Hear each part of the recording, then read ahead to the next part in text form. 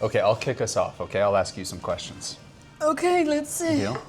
Don't make it hard. Okay, I adjust the hard industrial engineering question. So, Ege, Okay. first, congratulations on getting the new business up and running. Yeah, What an thank you so achievement. much. That's Thank you super so exciting. much. I'd love to learn more about it. What is it that you created? What will you be doing? Actually, what I'm doing, Quietly is our brand name. Let's start from there. All And right. also because Quietly has some story behind of it, actually. This is a concierge business. Okay.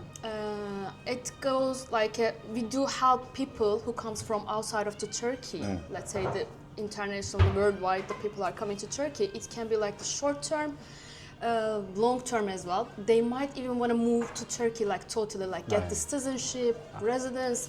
So it doesn't matter for how long. We do help them, and it's like a kind of like a concierge and advisor firm. Okay. And we do have different types of services.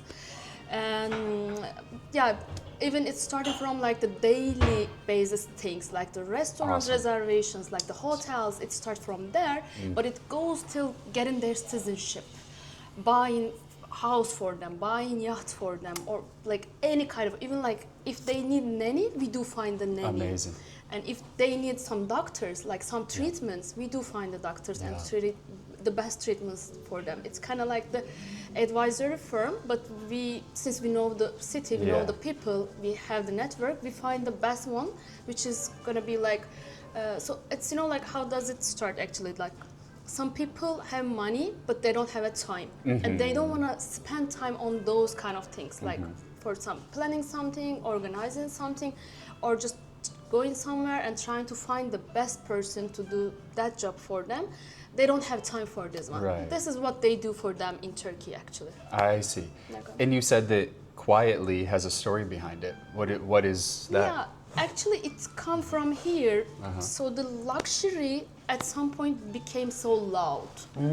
People was like wearing like branding logos, T-shirts, like the jeans, carrying bags with the huge logos, etc. Then at some point, the people start feeling that this is not the real luxury. I see. So the real luxury actually is very quiet. That's how quietly it's coming from. Actually. Oh, that's great. Yeah, because the real luxury is like having your own space, your own time with your family, with your Yeah. friends, having good food, spending quality time. This is the real luxury, and this Totally. is usually quiet. Like this is not noisy cars, not Totally. noisy, or like showing off with the huge bags with some logos. This is not the real luxury. That's how people start again realizing that the luxury is very quiet. That's why we put our name is Quietly, because we also run our operation and the organization also quietly. Behind the Because we scenes. Exactly. We are just behind the scenes. Yep. They Yep. ask and we do it, and they don't know even how we do it, but we Yeah. do it for them. Right. They don't need to know how it gets done. That's the whole point. You just deliver them the service or the product or the connection that they're in Exactly. need of. Exactly. Yeah, Exactly. yeah. That's how it goes. Amazing. Yeah.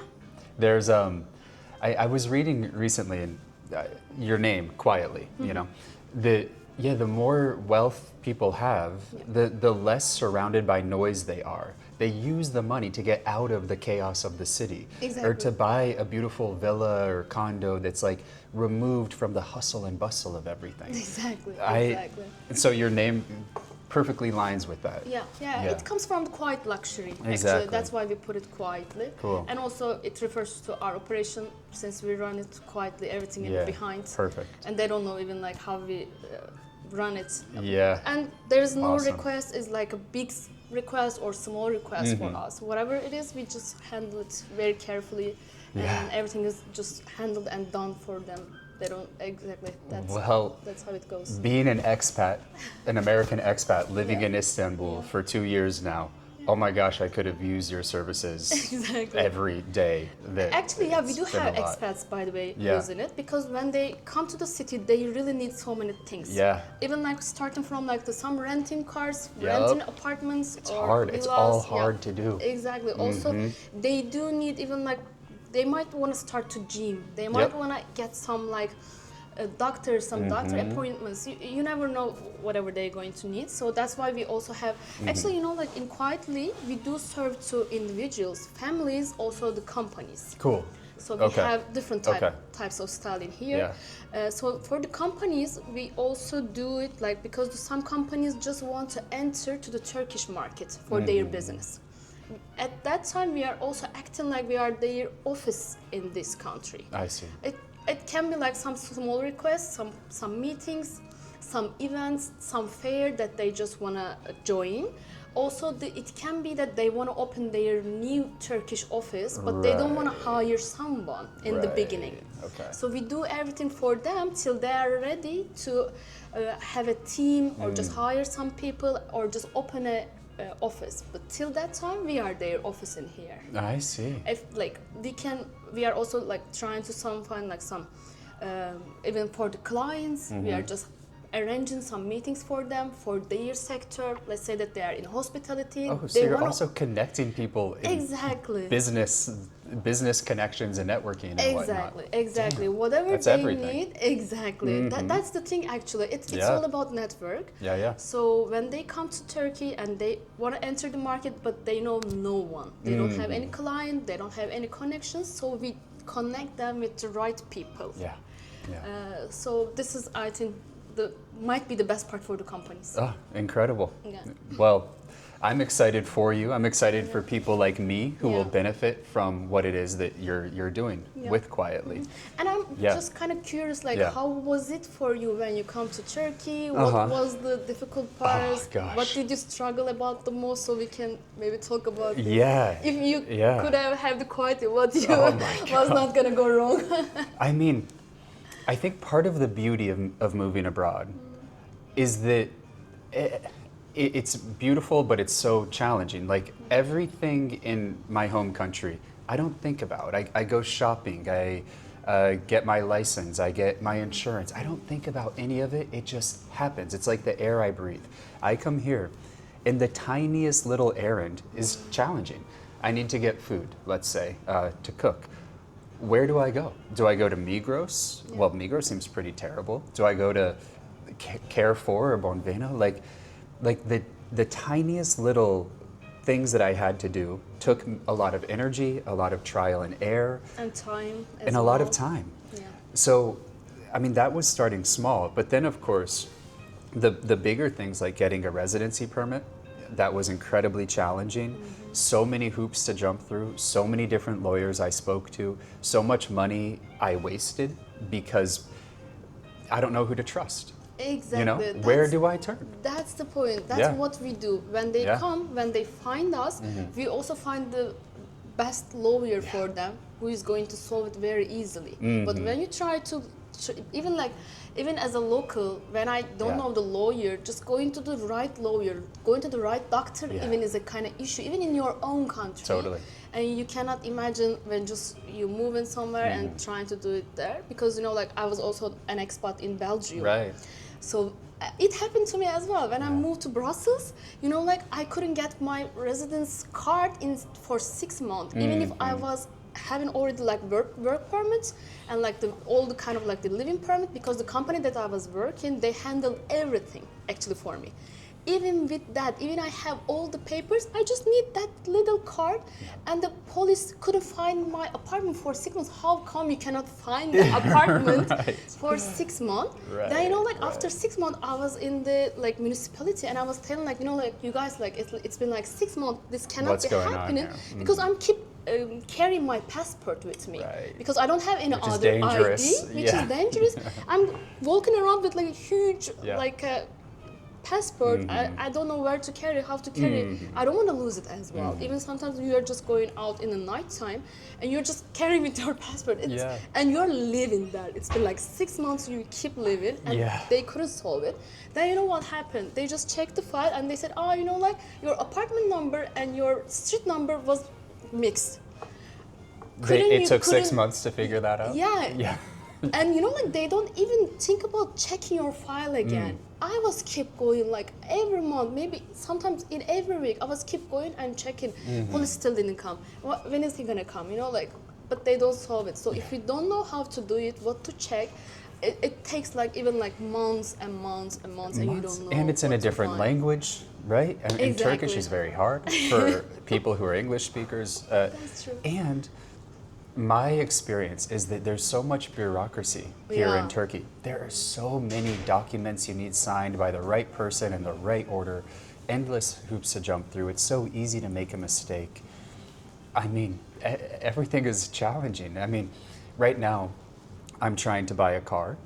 I would use your service, Yeah. right? Yeah. I'm trying to get a passport for, Especially second-hand cars. yeah, For the other one, you can just go buy. You know that it's a brand new. right. Everything. Totally. But for the second-hand, Especially secondhand. Yeah. How can I trust that the car I'm getting is remotely what they're telling me it is? exactly. So I see amazing potential with what you're doing there. Thank you so much. And I work with expats. You know, as a psychologist, Yeah. that's who I target. That's not what's going to jump about Yeah. your job. Like, what do you do with the expats? Yeah. So I work with expats. Some of them are in Istanbul, but most of them are like in Bali, Thailand, some in Europe. But you know, expat people who have left their home country, normally from America. Those are the main people I work with. And they all left because they wanted to leave. They were searching for adventure or fulfillment, something more from life. But then they get there and the reality sets in that this is incredibly challenging. And yeah, the scenery is beautiful and the culture and the cuisine is unique, but all of a sudden they feel so alone. Their identity, they're like, can wait, imagine. who am I now without all my reliable routines and people and like structures in place? It's gone. It's disorienting. Exactly. And it can be a very beautiful experience because most of us kind of go through the same familiar routine day after day, and our identity becomes small and narrow. But then we're thrown into a new setting, and we can kind of like be anything, Yeah. which is so cool. But it's also anxiety-inducing. It's all unknown. Yeah. It's hard. And sometimes you feel up, sometimes you feel down again. In Sometimes, some days, some 100%. things go very 100%. nice, very Yes. good. You are Yeah. getting like socializing, you are figuring things Yep. out in the city. Yep. But some days you're again in the dark, like Yeah. don't know what to do, don't know where to go, Exactly. stuck at home. Yep. Yeah, it goes down. It ups and does. downs, yeah. And those dark moments, I think, can be more challenging for expats because where do we turn to Yeah. in our dark moment? You don't have family, you don't Exactly. have really that much close friends. You know, some people. Yeah, like here on the surface. Yeah, It yeah. takes time to go deeper. Differ, exactly. You don't have just the normal things you would take comfort in to Yeah. most of the time. They're not in the new country. Yeah. So it can be quite difficult for people. Relationships are challenging, like if they have a loved one who's in the other country or Yeah. they're dating somebody in the new country, intercultural Yeah. assumptions and tension. So I help people with that. I help people use their expat experience to really, I mean, to enjoy their life as much as they can, but to Yeah. feel at peace with themselves.